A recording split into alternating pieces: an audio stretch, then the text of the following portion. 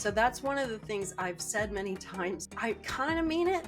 Coaching is kind of a thankless job that way. We're not there to see the results. We're there to get the cart rolling down the hill. I think the more we get to that point where it's client thinker led versus coach led, the funner coaching becomes, the more energy we get from it, the more we want to do it. And anytime we feel the burden of responsibility. Hey there, Lyssa and deHart here, and welcome to the Coaching Studio, the podcast that dives deep with the brightest minds in coaching, psychology, organizational leadership, and the art of working with people. You'll hear intimate, thought-provoking conversations alongside rising and established voices shaping the future of human development. Expect real stories, bold ideas, and practical insights you can use to expand your coaching and leadership impact. Whether you're a coach, therapist, leader, or lifelong learner, you'll leave each episode with new insights and renewed inspiration. Let's go. Welcome to the Coaching Studio. I'm your host, Lyssa and deHart, and today I am thrilled to be sitting down with someone who has been shaping the coaching profession for nearly 3 decades, Jille Bartolome, MCC. Jille has a reputation that travels ahead of her, she is known as the Velvet Hammer. She brings a rare blend of softness and strength, meeting people with warmth and humor while asking the kind of edgy, confident questions that cut straight to the heart of what matters.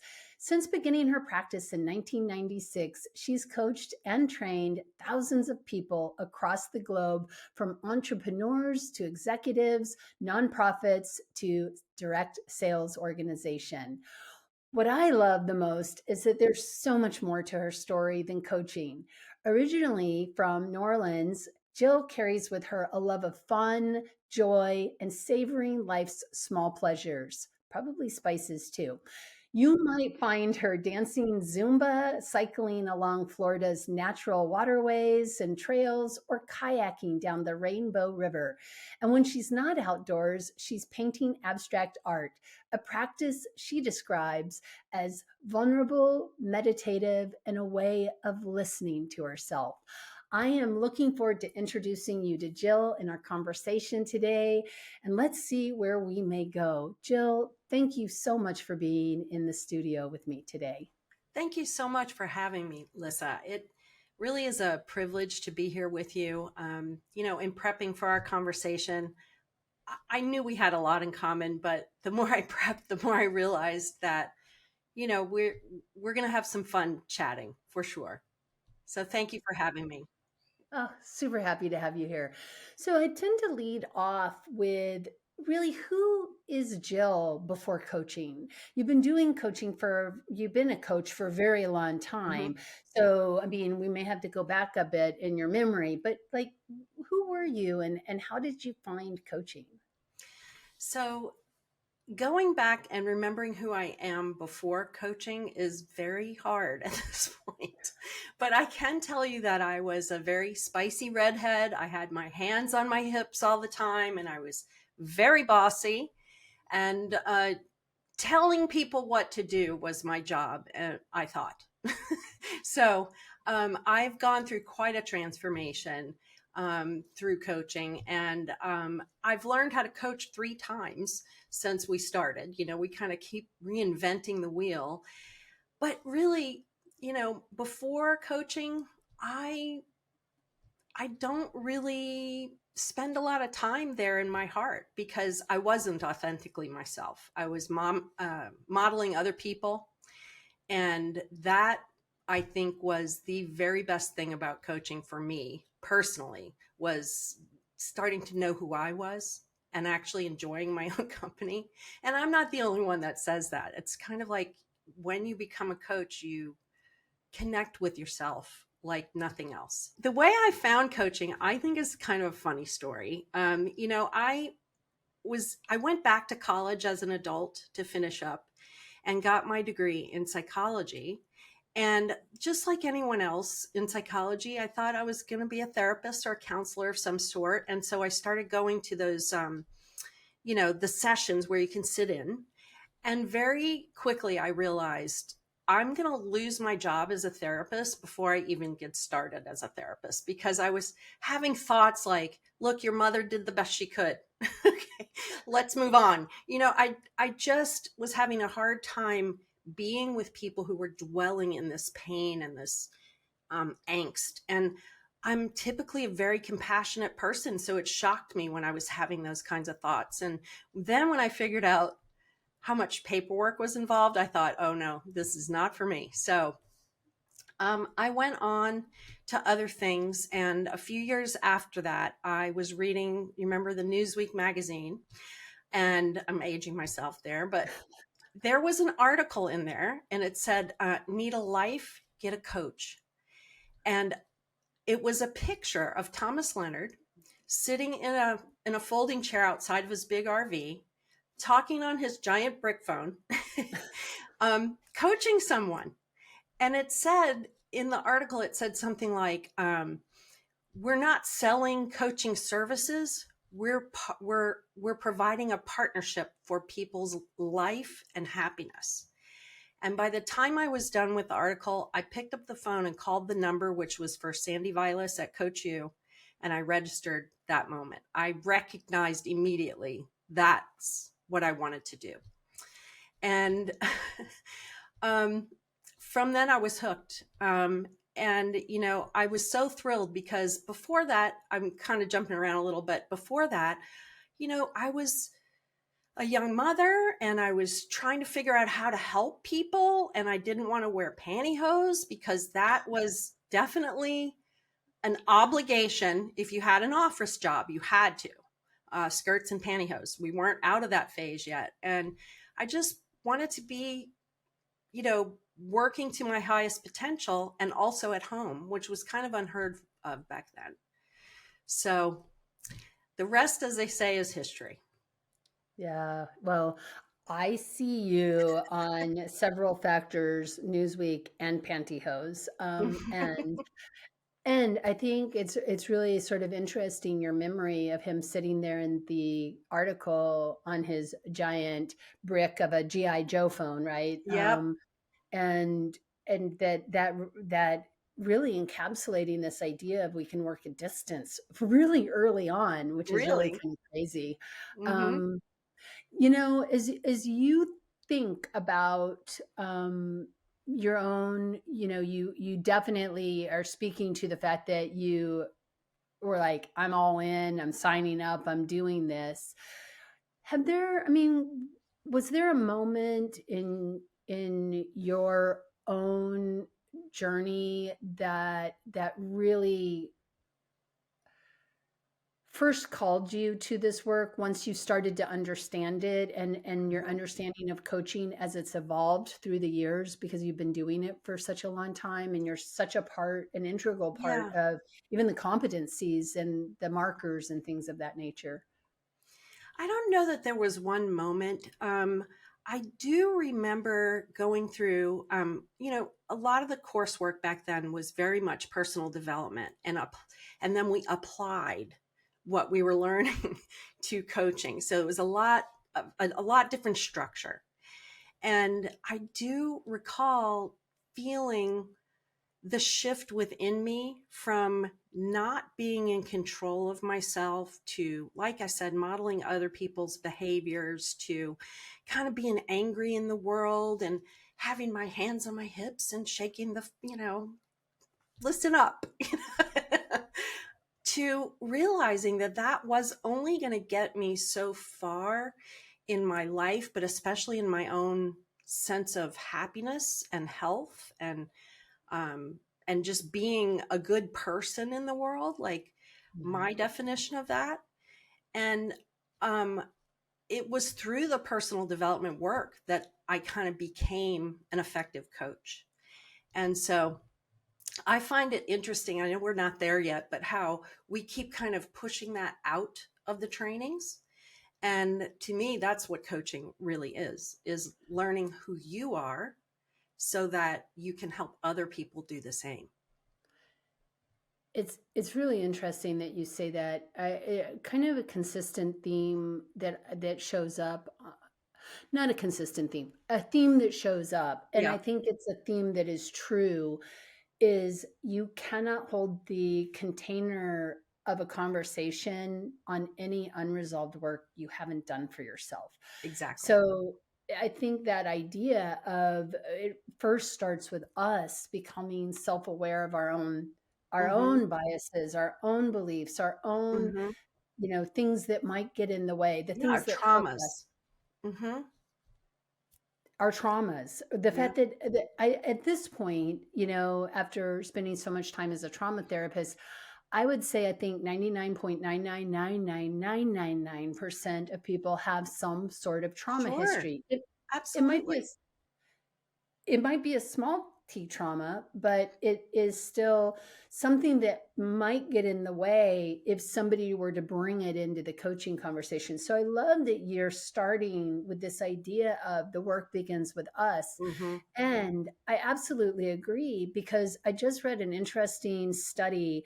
I'm writing about it actually, but the study is looking at how people come into executive coaching for whatever the organizational development is that Mhm. their organization thinks they need. And what they're discovering is that very quickly, what happens is people are talking about real human issues. Mhm. So whether you're doing executive leadership coaching or not, the reality is you're going to be coaching a human being before you know it because people don't stay. It isn't leadership or teamwork, it's relational stuff and it's human stuff, and so Mhm. human beings come into it.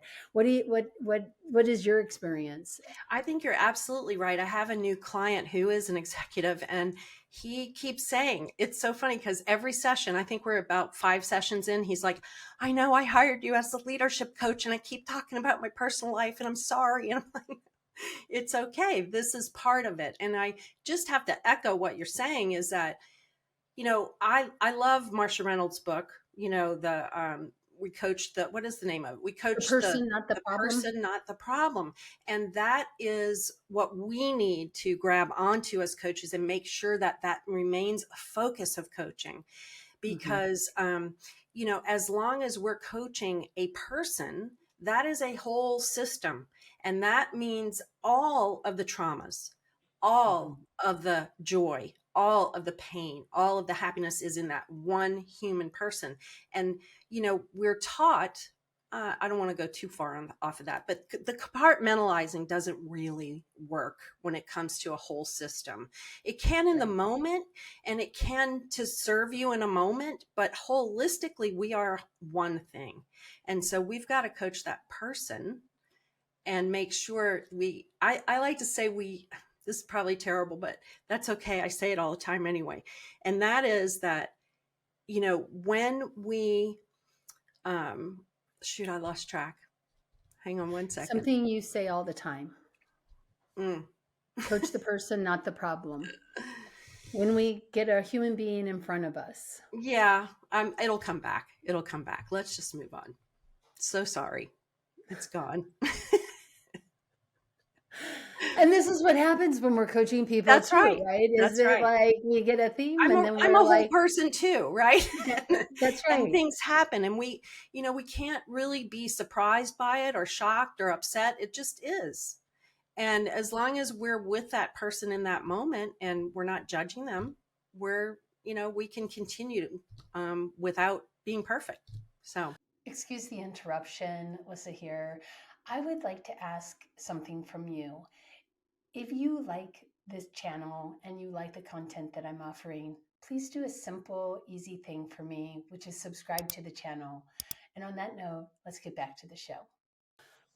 Well, and I think there's really something also to the fact that we think you use the language of systems, and I think systems theory is so important because none of us exist in a vacuum, number one, or are we truly siloed? I mean, we're interconnected with all the people that we interact with, even if it's the grocery clerk, like it doesn't matter. We're interacting with all these different systems. mhm, And so one of the things that I think is so crucial is somebody comes in to you for, say, executive coaching and mhm, their leadership.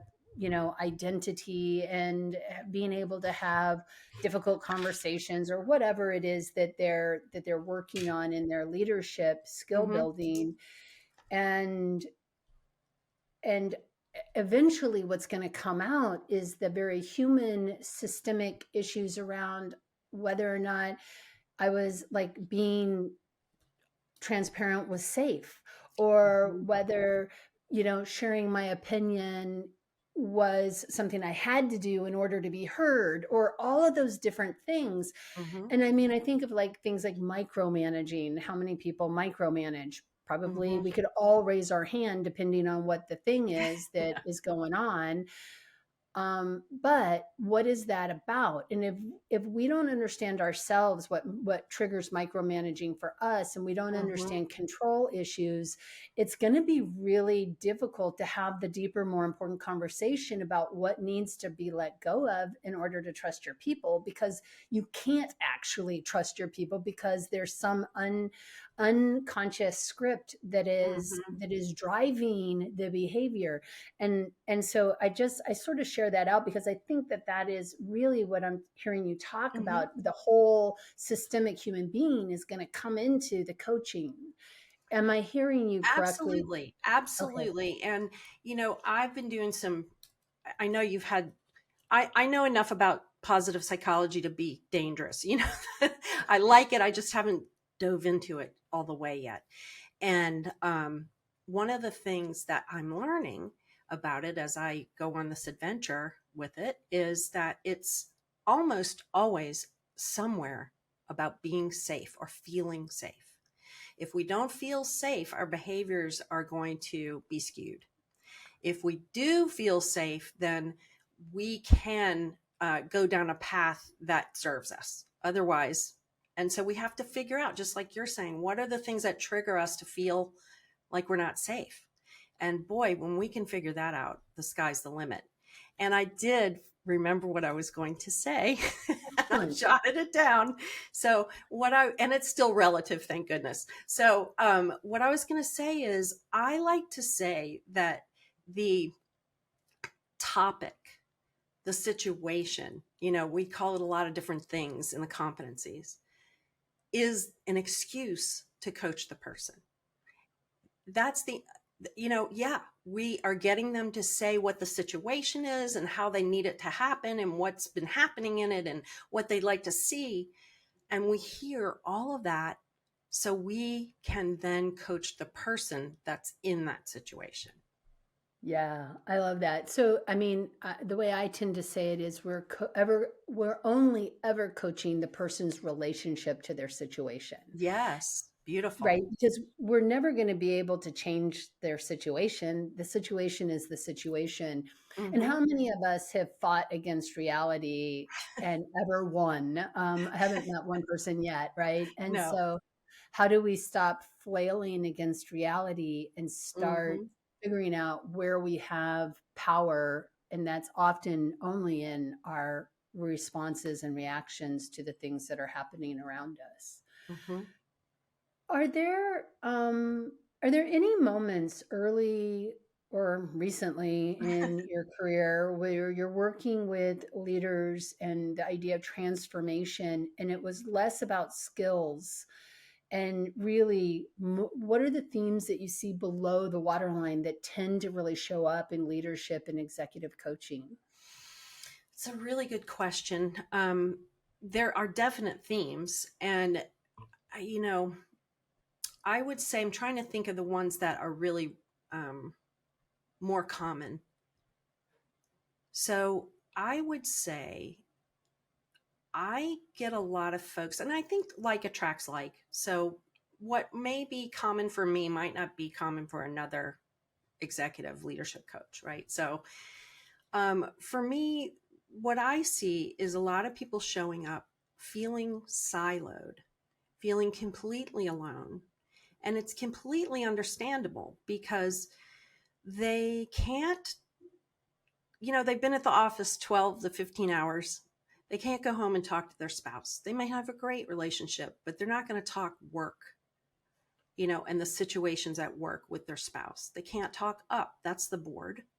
or the CEO or somebody like that, and they can't show weakness there. Certainly cannot talk to their peers. Same reason. And then of course you can't manage down like that as well. The people who report to them, there's really no one in their Yes. sphere for them to be able to connect with and work things through. And so once you get them in that situation where they can work things through with you, then I see things like people who are like, I tend to attract a lot of servant leaders, and they care a lot about people. And that's my ideal, right? They care a lot about people, and they care a lot about the success of other people along with the success of their companies. So in that situation, there's the too nice of a leader syndrome that happens, where people start to take advantage of their niceness. People start to take aim like a sniper in a meeting at that, at that leader. So I work with a lot of people on how to kind of, I don't want to say toughen up, but to, maybe it is toughen up, but it's more like use their authority in a way that is supportive of their teams and themselves, um, and still be a nice person. There is a way those two things can exist. So, Yeah, and I think that's a really good point because I think that there's a pendulum, especially I see the pendulum pretty much across the board in pretty much every topic we could come up with. But yeah, if I've been too nice, the pendulum swing might be to turn into a bit of a jerk because yes. I don't know how to do this nice with healthy boundaries. So what happens is I wildly swing in the other direction. I get Hmm. activated. Somebody says something to me and I lose my mind, right? And Hmm. I get dysregulated. So I really like that appreciation about like it's not that you're too nice, it's that there's a spectrum of who you need to be in this situation. It can Hmm. be nice but firm, right? Yes. Like being a boss doesn't necessarily mean that you're going to always have people agreeing with you or Right. that you need to make everybody like the decisions because often to your point earlier you Hmm. can't manage up. The board's going to be telling you what you need to do, Yeah. and you don't want to go to your people and be like, I'm one of you, I hate it also. Right. I mean, Right. that's not going to be useful. um Mm-mm. yeah, no, that's really important because I think it also really does go back. I want to just touch really quickly on this siloed element.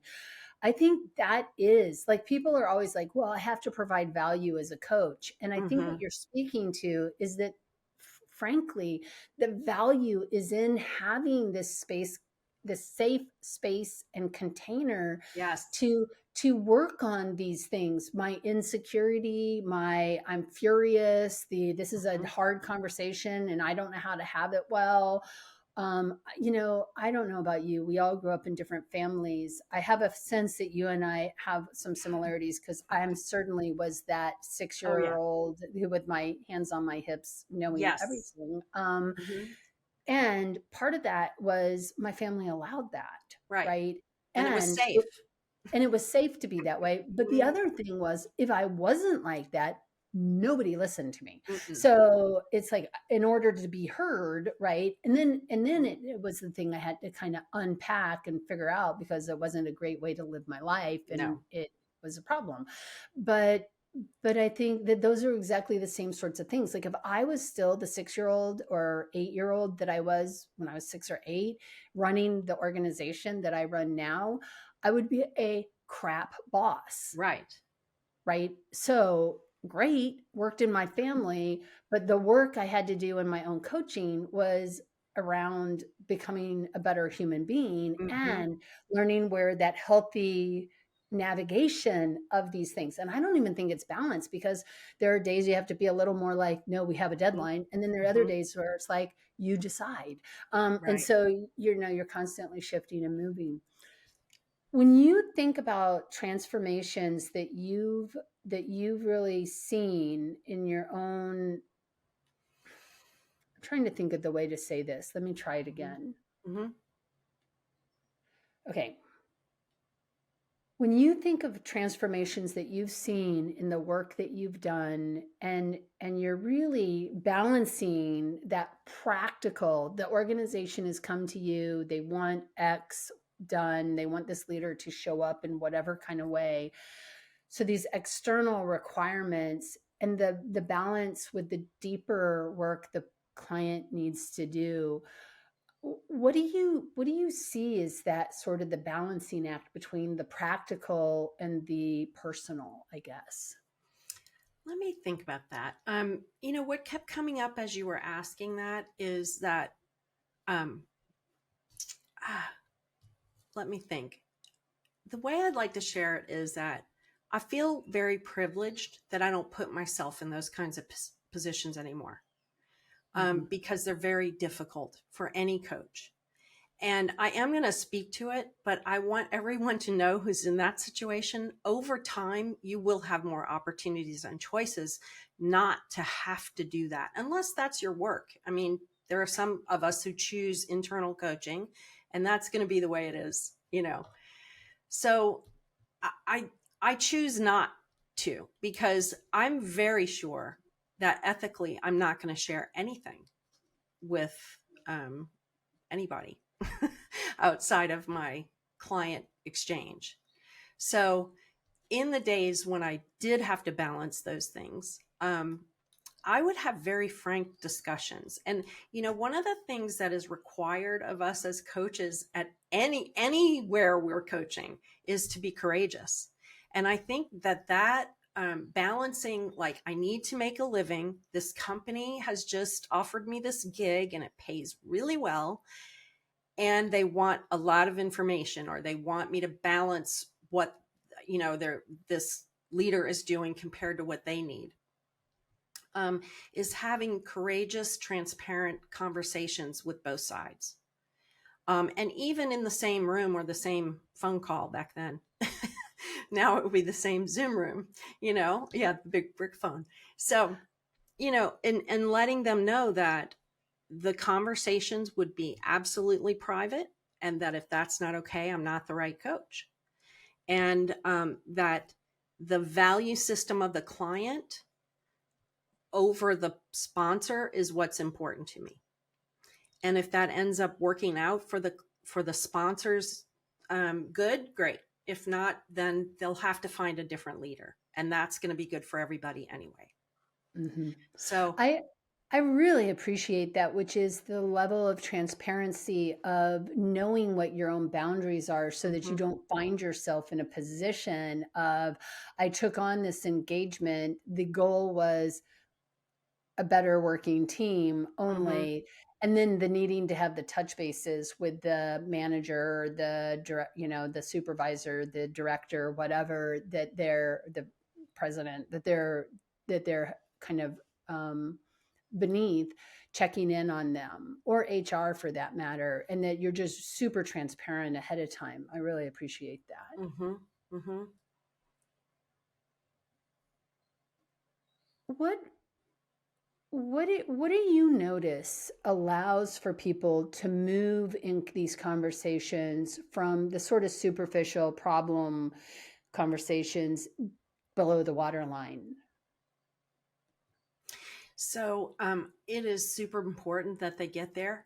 And, you know, um, I think what I notice is that there has to be a willingness to, I don't want to say be wrong, but possibly be wrong in our approach, or in the client's approach. So let's take wrong out of it. That's not really what I'm saying.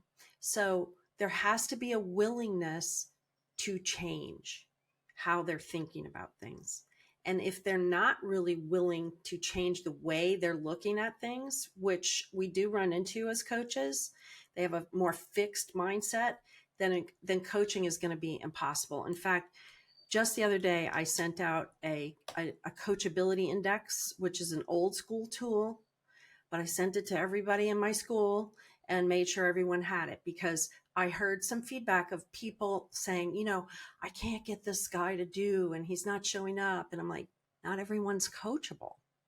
And so, Mhm. what does that mean? And I think it's important for every single person to develop their own coachability index because, like I said earlier, like attracts like, and what's coachable for you and me is going to be different for other people. And that also includes our own personal boundaries in that. So there's some very static truths about coaching is that they have to have an open mindset as opposed to a fixed mindset. And they have to be willing to show up for themselves and take new things on. And the minute we see that they can't do that, then it's technically unethical to coach them. So, Excuse the quick interruption, but I wanted to make sure that you knew that you were invited to my monthly Coaches Q&A. It happens every third Monday of the month, and we talk about all things coaching. We talk about coaching demos, we talk about competencies, we talk about what to do with resistant clients, we talk about all sorts of things. Plus, we have an added networking event at the end of it. So you are invited to join this community. I would love to see you there. And on that note, let's get back to our regularly scheduled programming. Yeah, I really appreciate that. I remember working in an organization with somebody who was an emerging leader, and everything they already knew how to do it. There mhm, was nothing to be learned because mm-mm, they knew everything. And I think that growth mindset was what I was hearing as you were talking versus the fixed mindset. But mhm, that willingness to be curious on one's own behalf is yes. so fundamental to any sort of developmental thing. Because if you don't believe that there's nothing you don't already know, that you're already unconsciously competent about everything, Mhm, then golly, what a lot of work for the coach or therapist or whoever's working with you, mhm, even if it's an advisor, when we find and there are people, they just think they know everything. yeah, And yeah, that isn't about your coaching or your advising or your participation as the therapist. It just doesn't matter. You've got mhm, somebody who's that fixed mindset is not going to right, allow them to take on any information they haven't already come up with. no, Such good. I yeah, think it's such a good awareness for people. yeah, and like we were talking about, I have a few of those folks in my immediate family, so it's easy for me to identify it. Families are great for diagnosing things. It's like, "Oh, that's just like so and so." I'm not gonna name names, but yeah, and so it is easier, I think, for some. All joking aside, it's easier for some of us to identify it than it is others. And so I like to suggest having a few questions that require that openness in the sales conversation in our complimentary session or what have you. Um, Do you feel like sharing one or two of those? well, you could ask something like, what would that look like if that changes?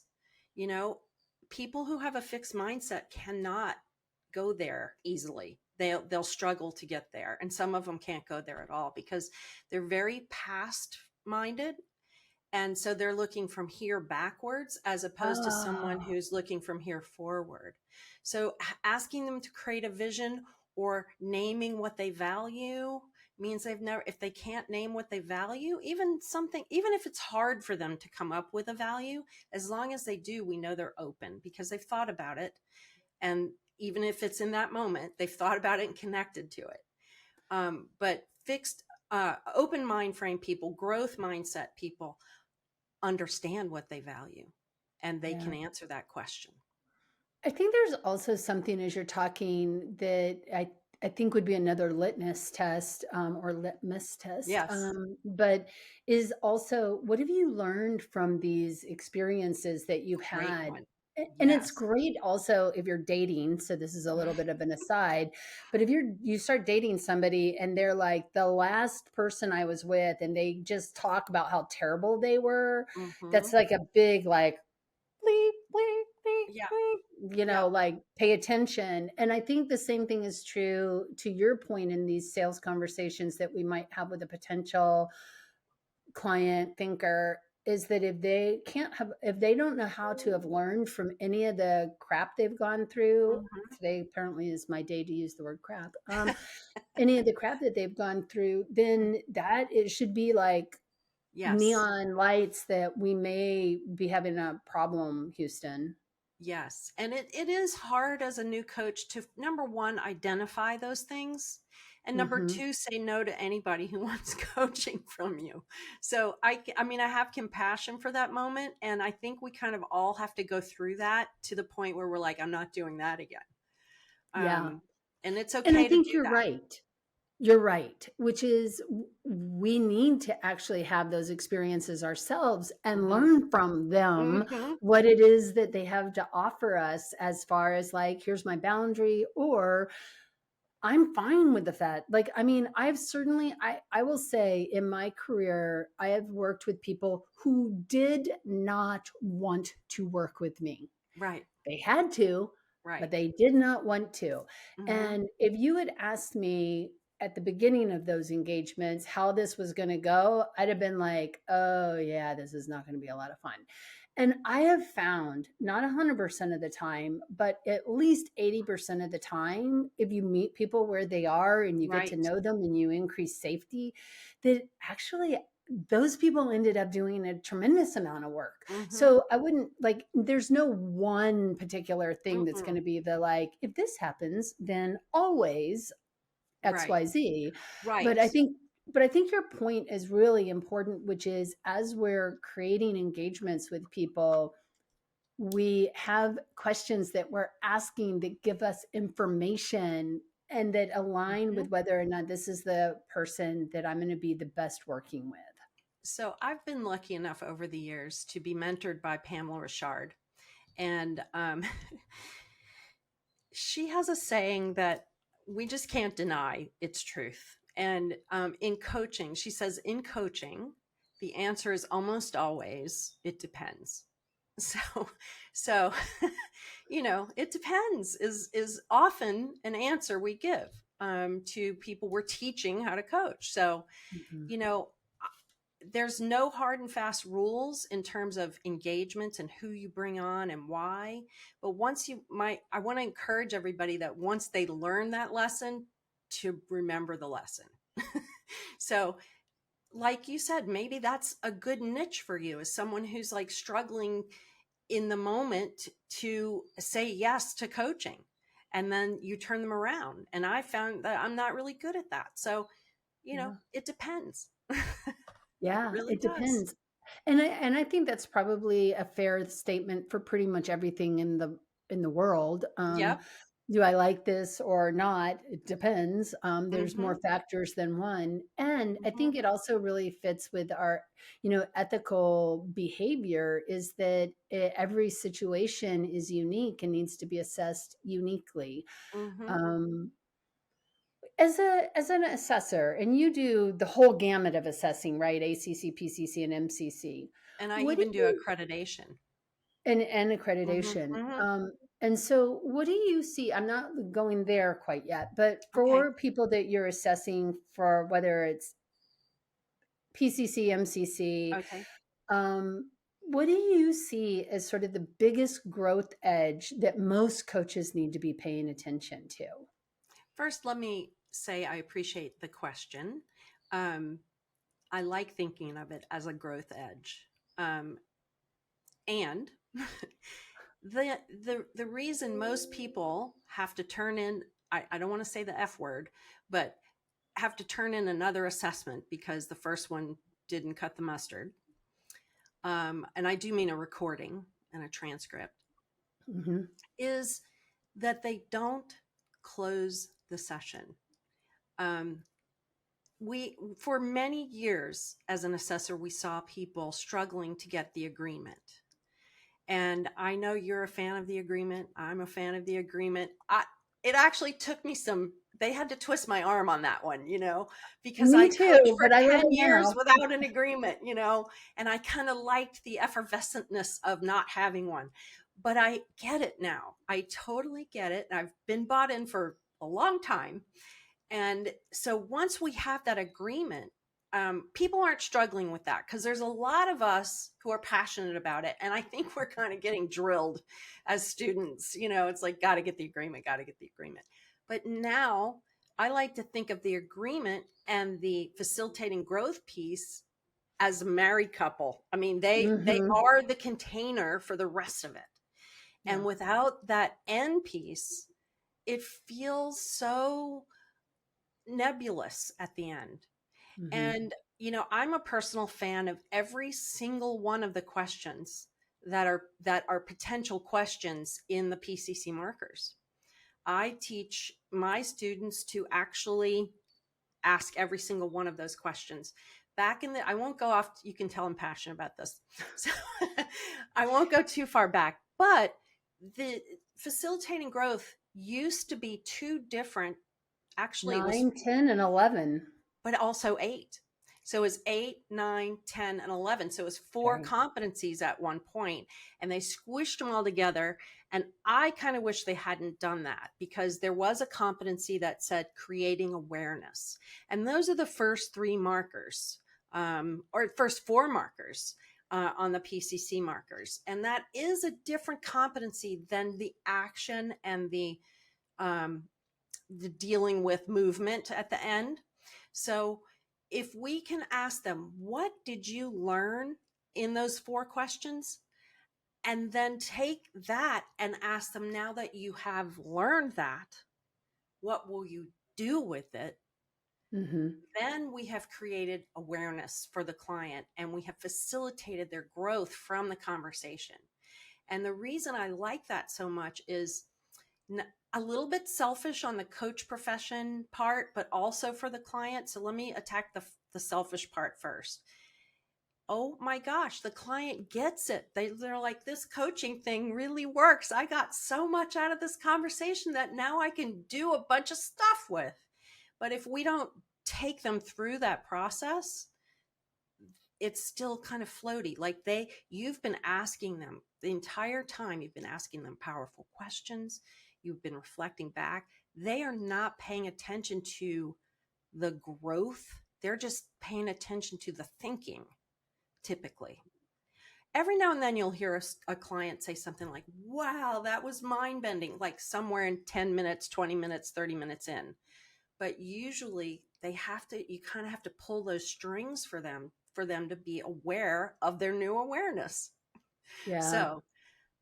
So that's where I see most clients or coaches could work. There's a couple other spots, and I'm happy to talk about them, but to me, it's like you get the agreement, then you do the coaching stuff in the middle, and then you wrap it up, and it becomes like a beautiful circle with a pretty bow at the end.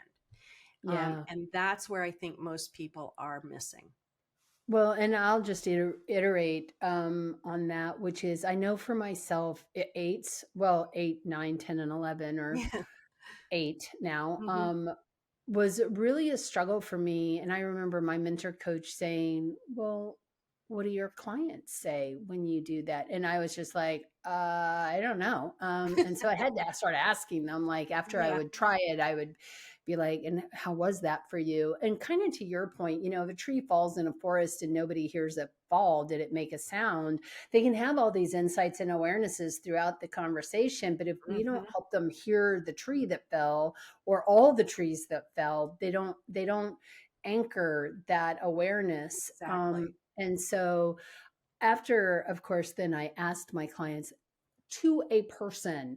Oh, that was so much more helpful. Yeah. I'm just like, all right, well, who am I doing this for anyway? Number Yes. one. And they're not seeing it as me being a parent and what are you going to do? And Mm-hmm. when are you going to get Mm-mm. it done by? And, and so it was just like, I just let go of a bunch of that stuff at that point. Mm-hmm. But I think that's really important to just really anchor here is that getting that full agreement super important to prime where we're going, but then we Mm-hmm. need to anchor where we've been and the Yes. learning and the actions and all of that, and that really comes out of that facilitation of growth, which is Mm-hmm. what then supports the thinker to continue moving forward. So Yeah. yes. And one of the things that people don't like about it is that if we're telling our students, we're telling each other as coaches not to use accountability in the way we think of it. Like we're not Right. saying, when are you going to do it? How are you going to do it? Why are you going to do it? How can, Text me, let me please. check in with you, Yeah. all that kind of stuff. But we still are asking them about accountability measures. So I think as soon as we can shift from I'm the accountability to Hmm. what accountability are they going to use, then we Hmm. can kind of unhook from the responsibility. It's Yes. not our responsibility. And that's when it kind of becomes a growth edge for them and for you in that moment. It's like, go let them Yeah. do what they're going to do, and deal with it next time.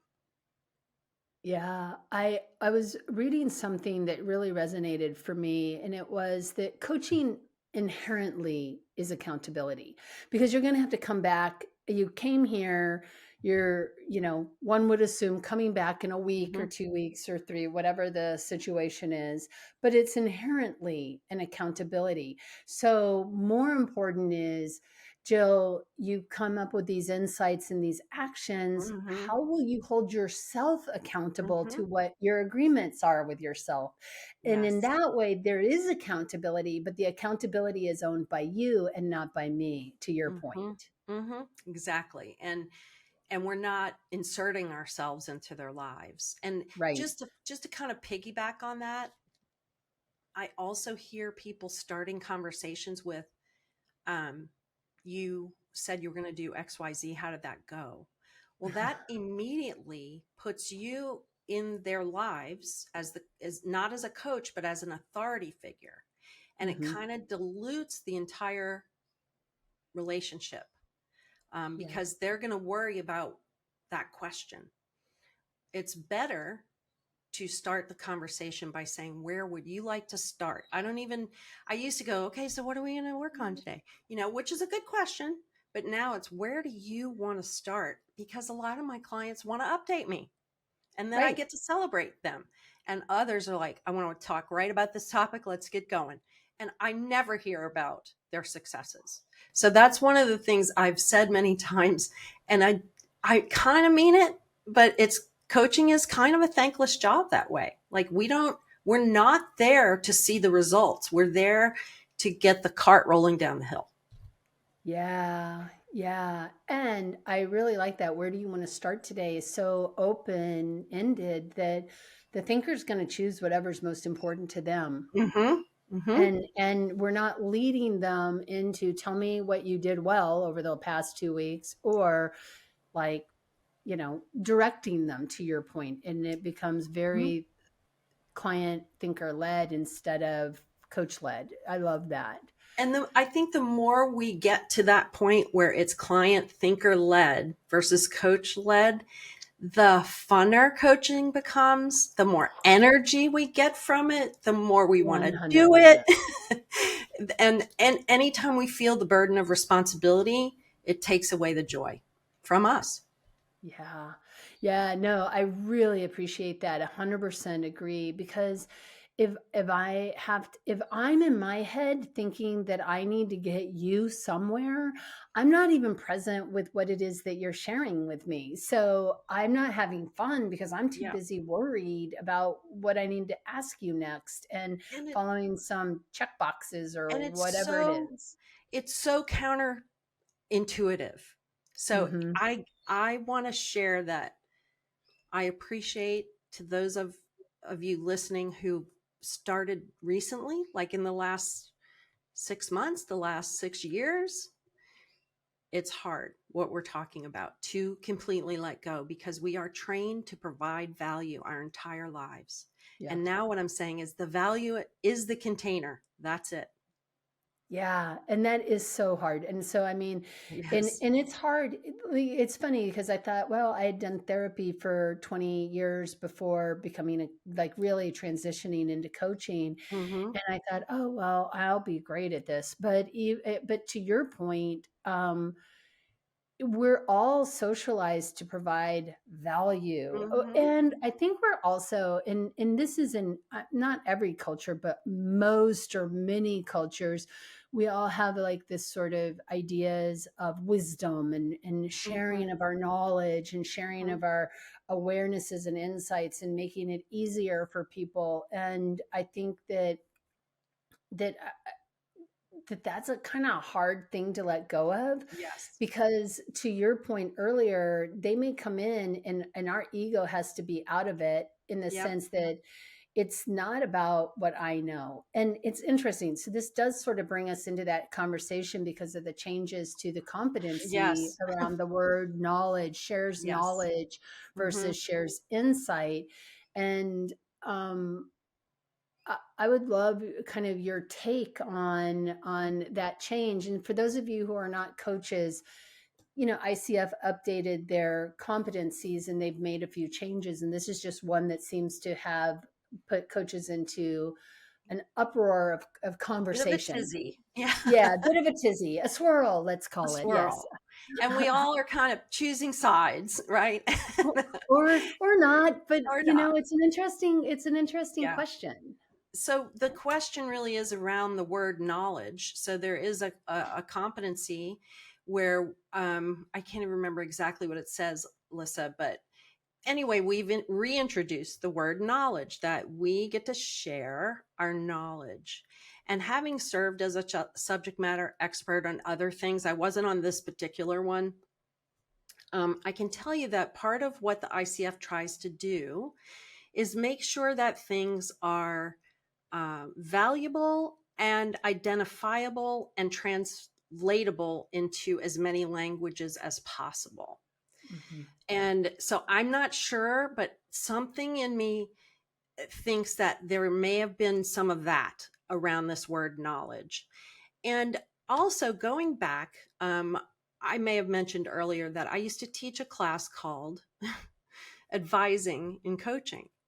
And, when I joke and say I've had to learn how to coach 3 times, that's what I mean. It's like we were storytellers. In the early days, we would tell a lot of stories and then say, what do you think about that?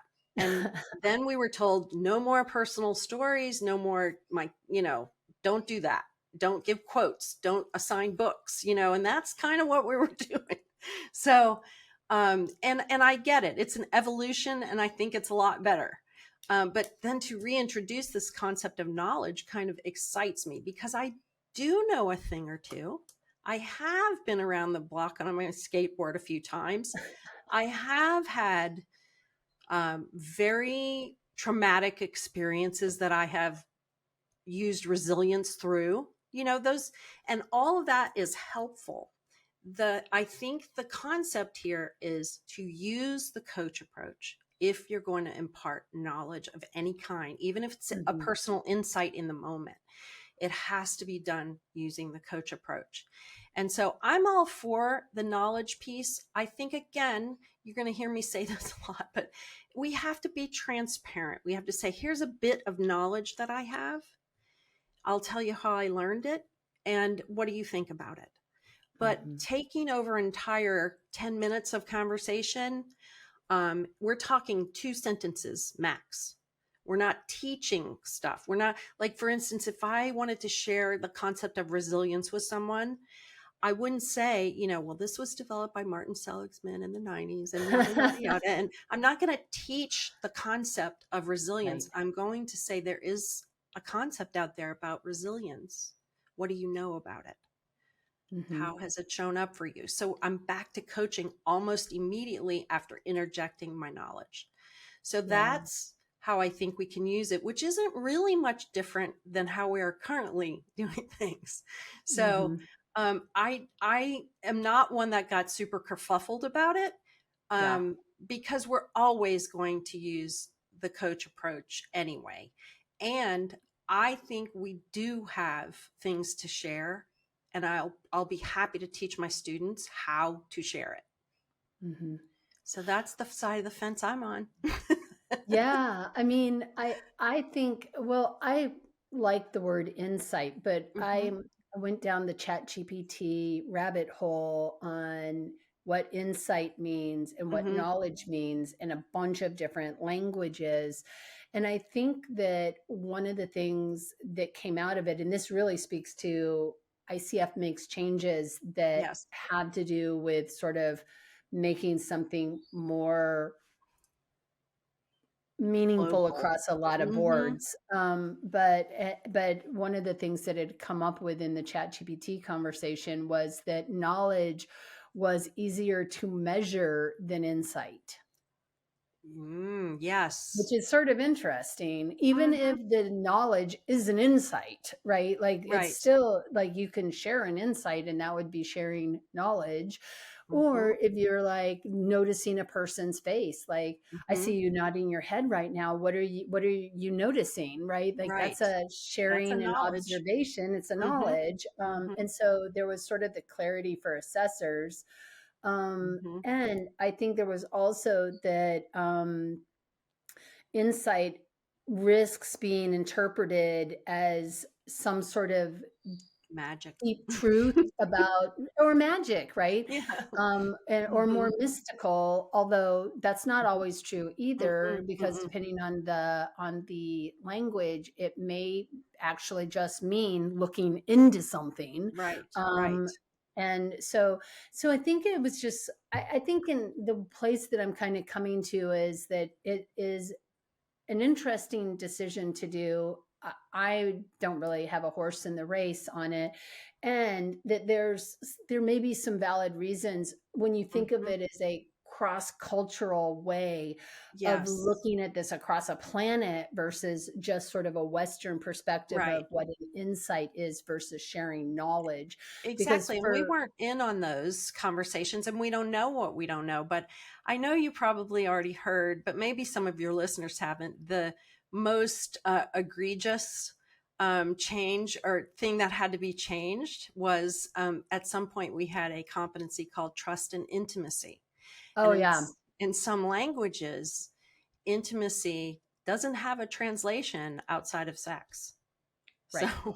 so Right. people would read this competency and go out of their minds Yeah, saying, what is and trust this? and safety is much more It clear is. about what it is that we're creating. Mm-hmm. And I think it's a really good, I mean, I think that's another really valid example of the Mm-hmm. same exact thing, which is that the language, when you're an international organization and you're Mm-hmm. working with people from all over the world, every continent except for Antarctica, possibly even Antarctica, I don't know. But I mean, there are uses of the word that Mm-hmm. have different meanings. So I think it's also really important, and this is my 2 cents, that coaches have clarity about the difference between telling people what to do, like Jill, let me explain to you how to build a chicken coop. So I know Yeah. it's your business, but we're going to use the chicken coop model, and I'll just tell you how to do it to save you Mm-hmm. time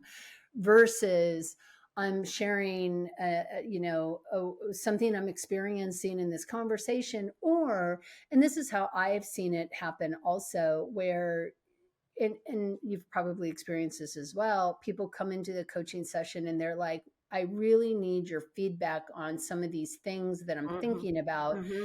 My response tends to be, let's talk about it all first. And if I see any big gaping holes in the end of the conversation, I promise you, I will not keep them a secret Yes. from you. Yes. Mm-hmm. And so in that way that we have a full conversation. Often I never have to bring anything because they figure out all the gaps, and there's ways of asking questions that illuminate the gaps without me needing Yes. to tell them anything. I agree. What do you notice in your own work? I think that the concept of telling them something is never going to be as powerful as the concept of coaching them something. Yeah. So the way I like to think of it is, let's say we have this chicken coop idea, and we've seen this chicken coop idea work many times for many people, and we love it, and we get good reviews from the chicken coop idea. So what I like to do and what I teach is to take that idea. I'm a very visual person, so I like to think of it as like taking it out of my head so it's no longer in my head, putting it in a box, and then grabbing a question like, what have you tried? So that question came from the chicken coop idea. And what if they say, well, I've tried the opposite of the chicken coop idea? And then you can say, it sounds like you're familiar with the chicken coop idea. What has come of that? So Mm-hmm. never at any point have I told them about the chicken coop idea or to tell them what to do. But I used it, and I used it to craft a very open, broad question that they can then move into.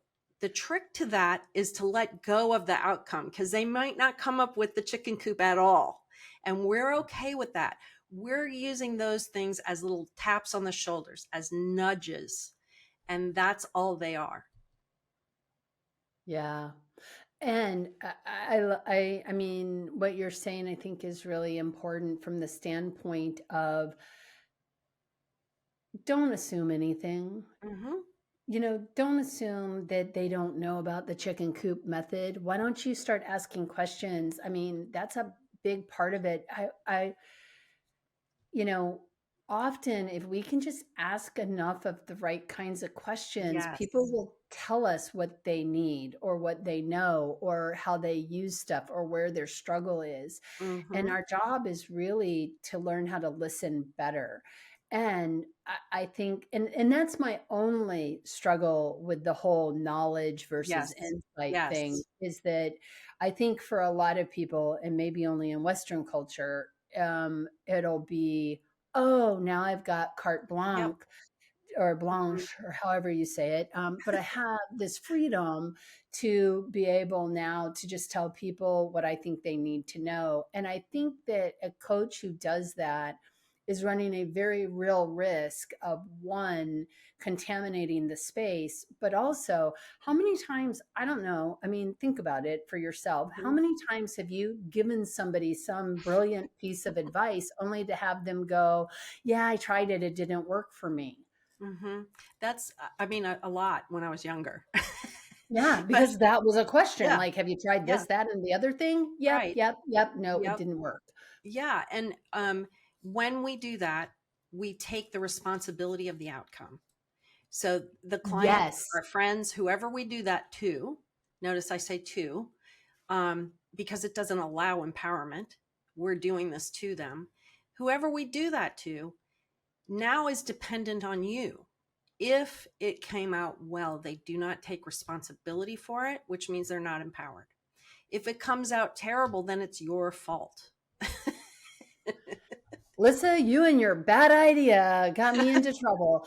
And Yep. this is the thing too. Like I used to tell people this, look, I can give you what I might do, but honestly, we're different people. And the Hmm. reality is, I don't know, you may be way more courageous than I am, and Yep. you would have better results with a different thing, or Hmm. you may be less courageous than I am and not have the same sort of risk tolerance. I don't know. So that, like, that's such an act of hubris, in my opinion, that Hmm. what worked for me is going to work for you. Like, Hmm. one, maybe, but there's also the system, like going back to Right. full circle to Right. our conversation earlier. Yep. The system that it worked in was maybe very different than the system that you're operating in.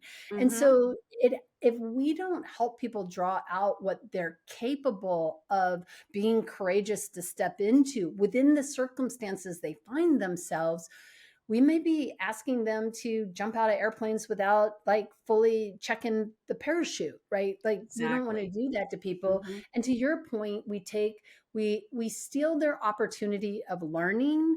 We Hmm. steal their opportunity of agency, Hmm. and we're responsible. We've taken ownership of the Yep. responsibility. Yep. And as a recovered control freak, I can tell you it's much better not to be in control. I was one of those brides who was helping my bridesmaids get ready, Oh, yeah. Yeah. because And you're attracting, when you're that person, you're attracting people. When you're the person who controls everything, you attract in people who need to be controlled and want you to control them. And it is flippin' exhausting. yeah. Yeah. Flipping exhausting. Exactly. Yeah. As you kind of put on your future glasses and you think about all the changes you've seen in the last 3 decades of being in this profession, where do you see this profession heading and what excites you about the future? So I know there's a lot of fear out there about AI, and it's completely understandable. There's a lot going on behind the scenes and in the scenes, you know, around AI. And so it occurs to me that those of us who double down on the heart of coaching and put the heart back in coaching, I don't think it's completely been taken out, but we need to make sure that it stays there. And what I mean by that is that the people to people, the person to person connections Hmm. will be those of us who strive or not only survive, but flourish in the coming years. People want connection.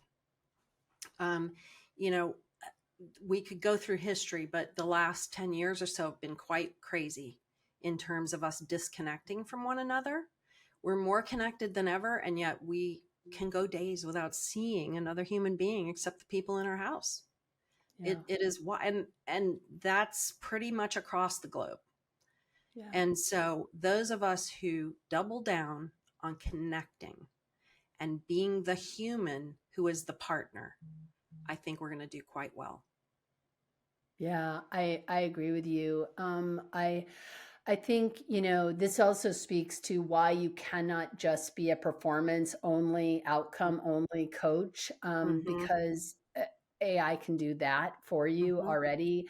And Yep. so why pay you anything if I can just have a conversation with Chat GPT? Because now I can choose a voice I like and I can just have a conversation and it's going to give me all that kind of, Mm-hmm. here's how to make a plan. Here's Right. a checklist. Here's like next steps might be Right. XYZ. So I think it is really about that connection and that space that's created where we can be vulnerable and courageous and Mm-hmm. explore what's getting in our way when we're thinking about the situations we find ourselves in. So I Mm-hmm. really agree with you on that. On I have two questions left. Sure. The first one is at the heart of your work, what do you hope people will leave having worked with you?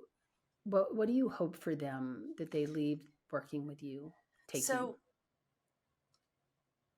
I think this will be obvious after I say it, but the the thing that I want for my clients, my coaching students, my mentee, whoever I'm working with, is for them to know themselves deeply and trust themselves and feel safe in their own decision making. And we all come to that at different points on the line, right? Some of us are very good at critical thinking and thinking on our own best behalf and pushing the ball for ourselves Mhm. self-fully and with compassion and grace for ourselves.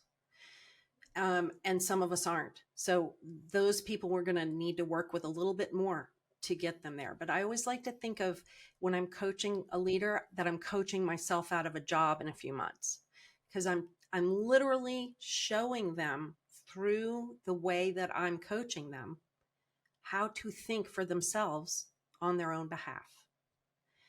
And that's what I really hope that people understand how incredibly powerful they really are. And if we had more of that ripple, we would not be in the trouble we're in right now. so, Yeah, so I do yeah. feel, and I've always felt like we are on the cutting edge. We are the leading edge of a paradigm shift, and we all need to double down on it and keep it moving. Beautiful. And the final question comes from a prior guest, and they Mhm. left it for who was next. And you happen to be next for this question. What inspires you? Mhm. Um, I get inspired by the simplest things. I'm one of those people who cries on commercials and oh, look at the sunset. And I'm so I get inspired very easily But one of the things that has been a constant in my life since I was a young salesperson, it was given to me when I was having trouble with sales. And that is the book, The Greatest Salesman in the World. And it's by Og Mandino. And while I was reading it the very first time, I realized it's not about sales at all. And so it's about, the person you are showing up in the moment. And I feel like that book kind of primed me for accepting coaching and being able to recognize coaching as my future back then. I was really young. I was like 32, and there was like 2 or 3 or 400 people in the whole world calling themselves a coach. What the heck was I thinking, right? Like what in the world? And to me, it was allowing myself to live kind of vicariously through those pages of really living to your fullest every day. And I think I've given away 500 or 600 copies of it at this point. And so, I mean, there's been a lot that has inspired me, but I just wanted to share that one. It's a super, if you've done, I mean, it's old. I think it's from the 60s or something. And I'll it be was, putting a link to it for people. So okay. It was divinely inspired. It's very Christian leaning, just so people know. That part is it's kind of fun to see. Like, that's not the reason I like it, but I think it's in the Christian book section in your Barnes and Noble. But it's pretty profound. And I think if you haven't read it, it would be a good read. And it's a 1-day read. It's like a 4-hour read. So it's a parable. nice. Nice. Oh, and I love parables. Uh, Yes. Jill, thank you so much for being on the studio today and for this delightful conversation. Thank We you. we covered a lot of ground. Yes. Yes, and I feel like we could talk for many more hours, but let's not bore people. So, yes, thank you. Nobody's going to be bored. And thank you again so much for being on the studio. Thank you for having me. I appreciate it.